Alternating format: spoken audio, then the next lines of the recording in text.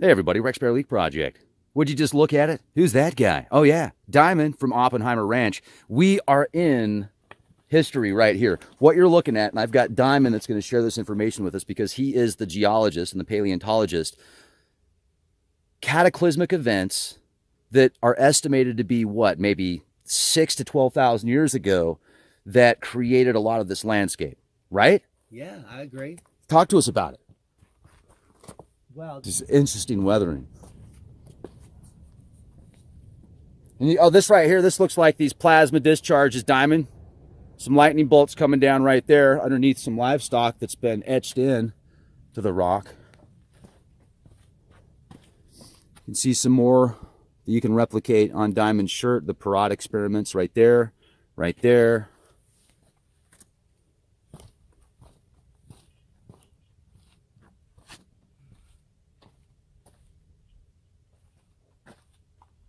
Like half of the stuff on your shirt is on this rock. That is so cool, man. And then over here you can see the Ant-Man. Looks like some more Squatter-Man, some more plasma stuff. The lines going down there. I don't know what that represents. but it comes around the corner. We've seen now how they try to come around the corner of the rock. Mm-hmm. Yeah, and then definitely those are the best representations of your shirt right there.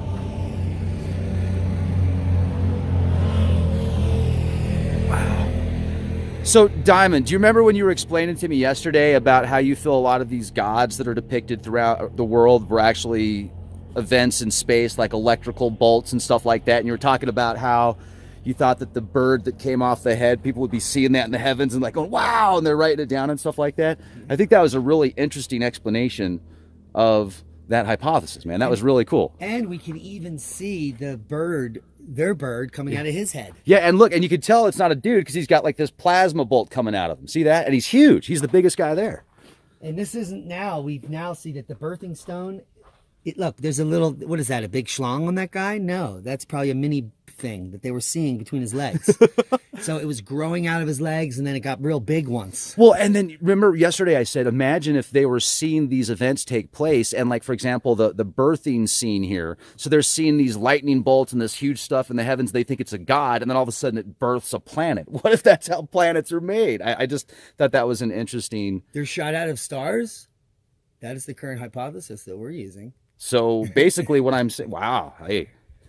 That's showing that maybe a planet shot out of the sun if the sun is the person. Boom. Now, another thing that I just noticed after we've been staring at these, we've seen the Bart Simpson head. Yeah. All the places. Yeah. I think the Bart Simpson head is a foot. Well, look, and then we see a bunch these feet start to look like the Bart Simpson head. Yeah.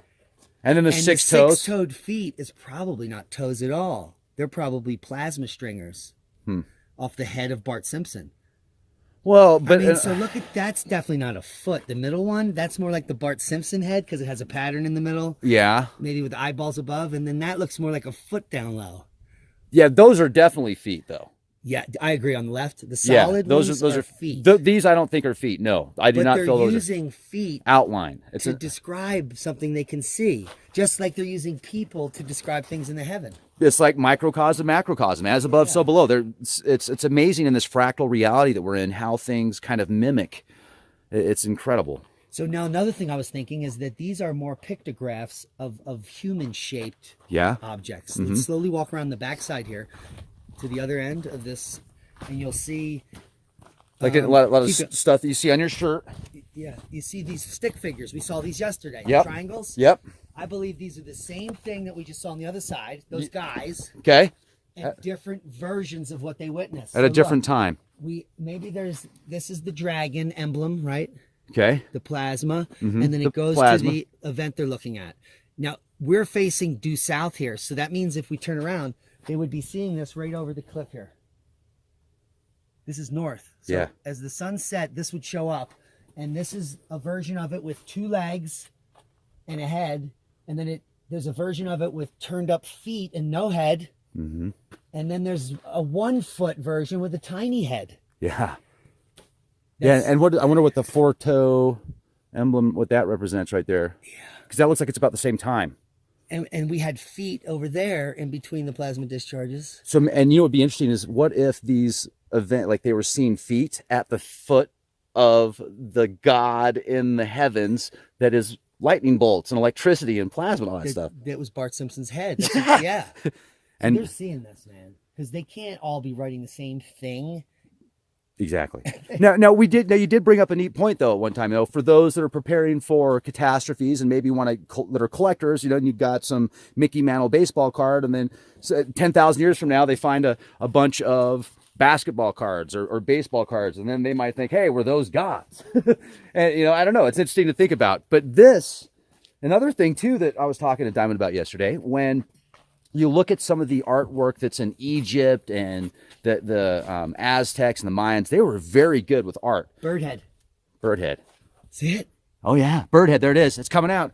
So why were they so much better at art and showing the same things? Well, they were just different people. I mean, they were different cultures. This is more of a hunter-gatherer type area out here, and the natives and stuff. So I don't think that art was really as big of a deal to them. So when they saw it, they're just writing it down as quick as they can.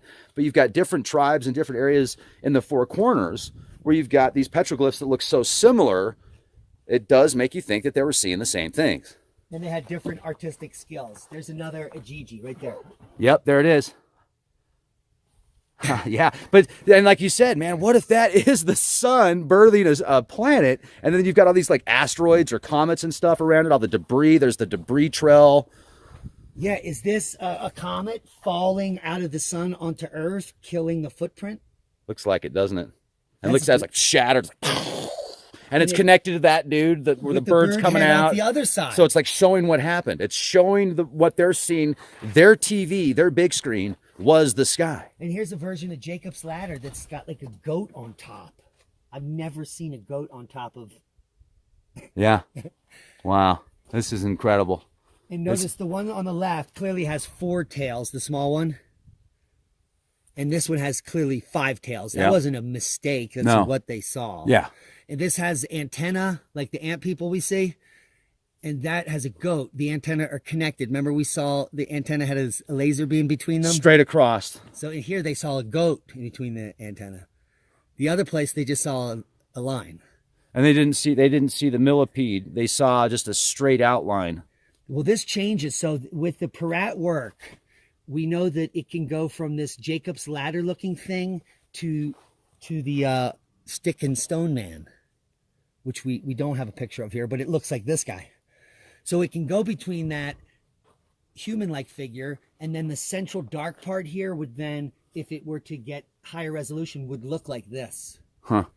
So that dark part would look like that ladder. So you feel that everything on this wall, for the most part, is what they were seeing in the sky.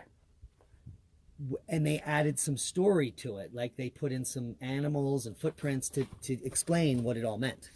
Doesn't that look like a rocket that's going like right there? Yeah. I mean, but that's one of the arrows. You can see the arrow thing right there. Yeah, yeah. We've seen that arrow. And then you got another dude that they're seeing in the skies, and then you've got these things like a boom, like blowing up. Look at that right up there, above it. Look above it. It's like all areas. It's like, pretty fantastic.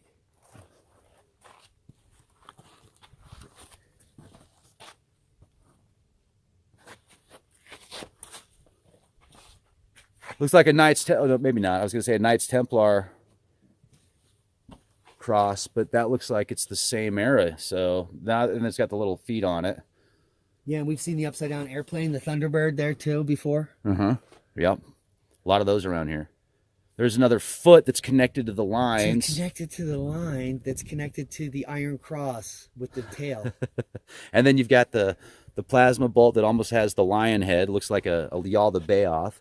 Yeah, and there's the snake next to it. We've seen that exact one in New Mexico. Yep. And that could be Venus that's discharging as it left the polar configuration. I mean, there's just so much happening That's there. a possibility, yeah. Because in the Venus hypothesis that we were talking about. Look at the witch riding a broom. There's a witch riding a broom. With a whip. Would you just look at it? Many of the myths in past, even the witches came from the skies. And they saw them. These natives saw the witches. Jeez. That is incredible. I'm going to go down here for a moment, take a look at the landscape.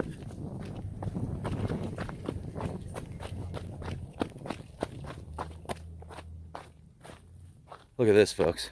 Imagine the creation of this. like the carving of the rocks, the massive waterfall, the biblical water falling from the heavens, the lightning bolts. Yes, doom on. And now you've got one of the greatest places in the world for four-wheeling and mountain biking and hiking and exploring. So cataclysmic events in the past. Now, I was talking to Diamond also about astrotheology, and I feel that much of the New Testament is describing astrotheology, and I think that Lucifer is actually Venus, and that Saturn is Satan, and Satan means adversary to the sun. And if Saturn used to be our sun, and now we have the sun as, you know, the star is the sun, Saturn would be the adversary to that, and Lucifer causing so much damage and cataclysms and horrific events when it did this flyby, and these giant lightning bolts were coming down and this, you know, just incinerating much of the planet. Of course, people are like, "Whoa, man, it's evil!" And look at it now. Look at how beautiful it is now. So in the past, it was horrific for those that survived the events, that were able to, and for those of us now, if you believe in reincarnation, I think I was here in a past life. Definitely. I mean, this is home to me out here, and it's about as close to Mars as you're going to get.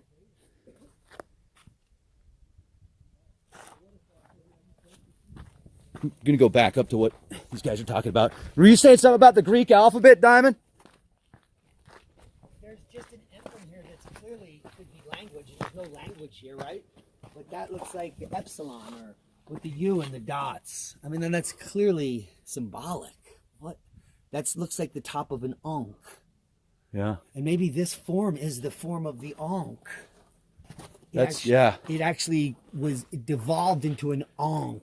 Yep. And it's look, and once again, look at that bird. Again, you can see the beak, dude, right there. And then that plasma tail that comes out. And Jesus's head is always turned to one side. Yeah. Like the bird. Yeah. It could all be the same symbology. Started at one point. Yeah. And then just over time, the stories and passing on.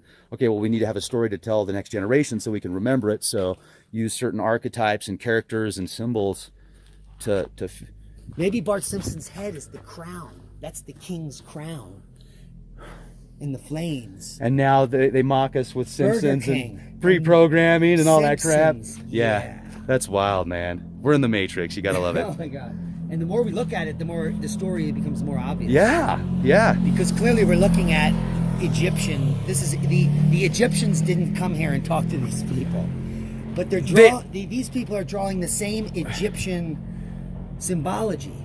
Yes, but maybe let's talk about the Egyptian thing, though. I do feel that the Egyptians were here because they found artifacts and stuff that have. Yeah. So right. So I do feel that's definitely. But at the same time, I think they're trading stuff and passing on knowledge. But definitely, they were seeing the same Many things. people have hypothesized that there's something to do with the Clovis people and the biblical stories of Exodus. Yeah, the Clovis people. Now, could you talk about the Clovis people real quick? Because I know very little about the Clovis people, and you know more than most.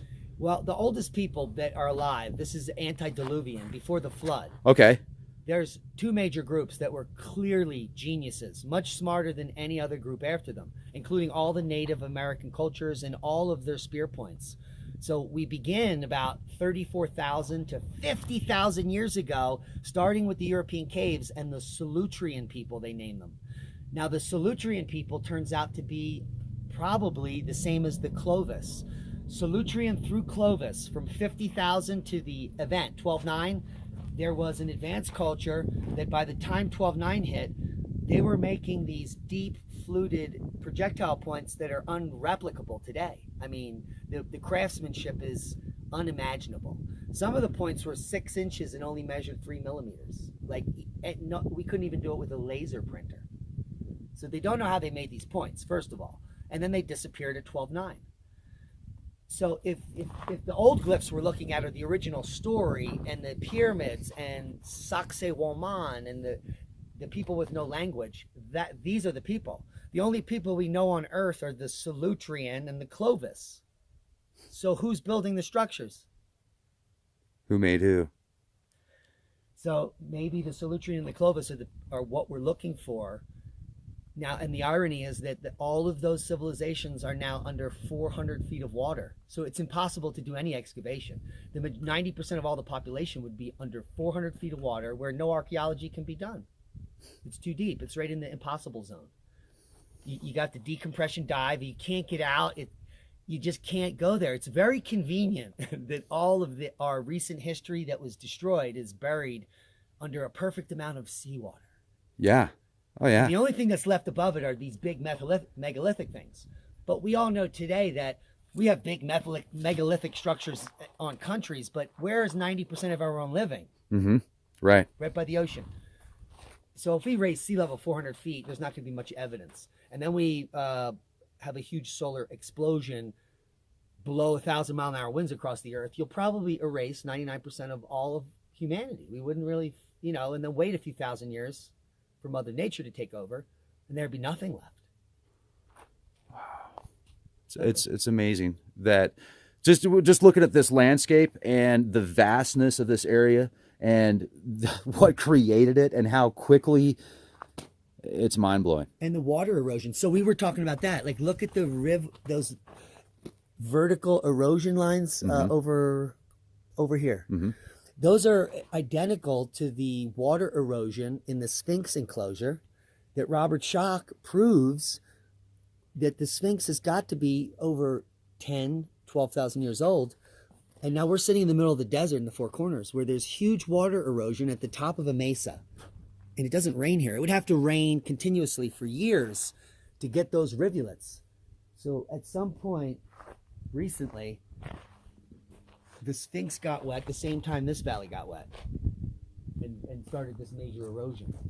And it also makes you realize how interconnected the planet was 12,000 years ago. It's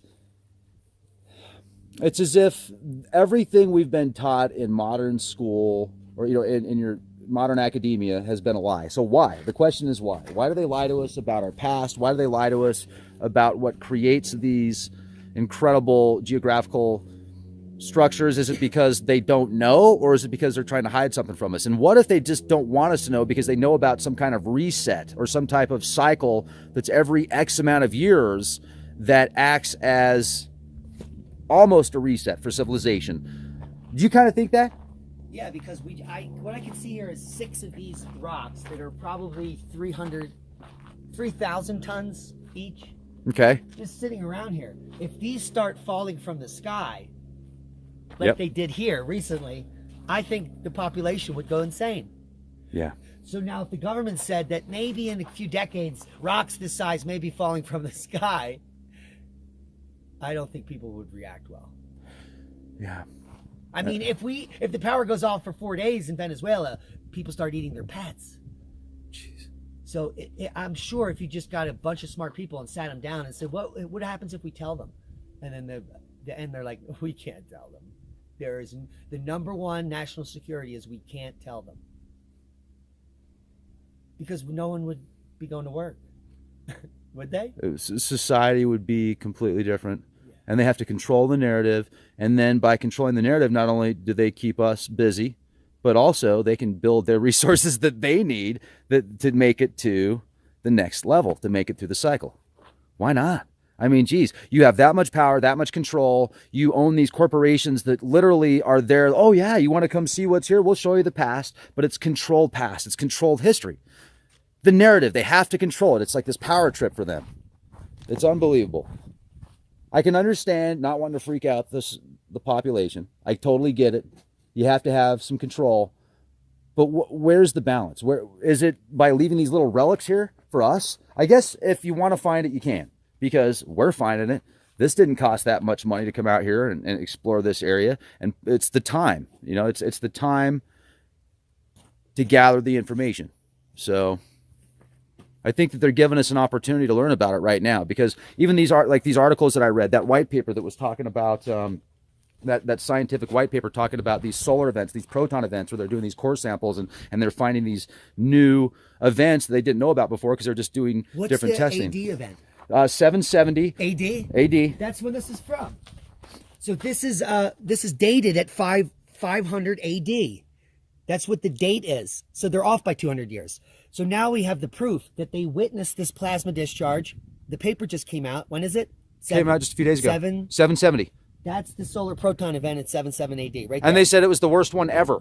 Of course, and that's why they could see it right there. They're like, oh my God, because that is where the North Pole is, right there. So as soon as the sun set, you would see this thing go up off of our planet. And you'd be like, oh my God. So they're witnessing that event in 770 AD right here and looking at it. So we just put those pieces together. Tell me that's not a synchronicity. Yeah. High five! Boom! I'm just thinking of the dating because I just read the dating of this. Dude. And you just said the date, and that's the solar proton event, and that's what they saw. And how interesting is it that this article, this essay, like just came out. The 3 days before we got here. And I read it again, like I've been reading it on and on and on, just over and over and over, because I've been reading about the different radiation that they find. There's like three different, there's beryllium. There's then there's a different type of carbon, and there's one other one that they say they can find in these Greenland ice core samples and then these tree samples. So so that's it right there. So tell me the divine spirit, the great spirit isn't guiding us through this. This is incredible. Thank you. Thank you. Woo! Thank you, Jesus. Hey, I don't know who the great spirit is, man. I'm not putting a name on that, but hey, whatever, man. This is awesome. Wow, the hair stand up on my body right now. I didn't even know I had hair there. Ladies and gentlemen, you're witnessing history right here. This is amazing. This is amazing. And thank you for watching, everybody. Anything else you want to? Well, we just took conspiracy theory and science and blew your mind right there. We just look at it. Thank you, Anthony, for pointing this out. 2006. If we didn't see this, and then he wasn't at Los Alamos and creating that, using his own mimicked solar proton event, which he did in a lab, we wouldn't understand what that is. It takes a team, not just one person. And now we didn't understand why they would be drawing that in 500 AD. We were against that. We thought that stuff was from 12,000 years ago, just last month. Yep. And it's not. It's from 740 AD. It's from the date we now know about, the largest solar proton event in the last 5,000 years. Right there. They're witnessing it right there over the top of that mountain. When the sun sets, they were like, what is that? That's like 1,300 years ago. That's not even that long ago. No. And then guess what happened? A few hundred years after that, all of the Pueblos are gone here. They left. So that solar proton event probably changed the climate here. Yeah, absolutely it did, because there's plenty of petroglyphs that show these animals that aren't here anymore, right, that are like in tropical zones and stuff. The bighorn sheep were gone after that event. I mean, there's even petroglyphs with dinosaurs. So a lot of these dinosaurs, the smaller ones, were probably around 13,000 years ago. Or sooner, because I just shared on our show the other night that there are mammoth specimens from 6,800 years ago in the Ural Mountains. So mammoths were here all the way up until 6,800 years ago.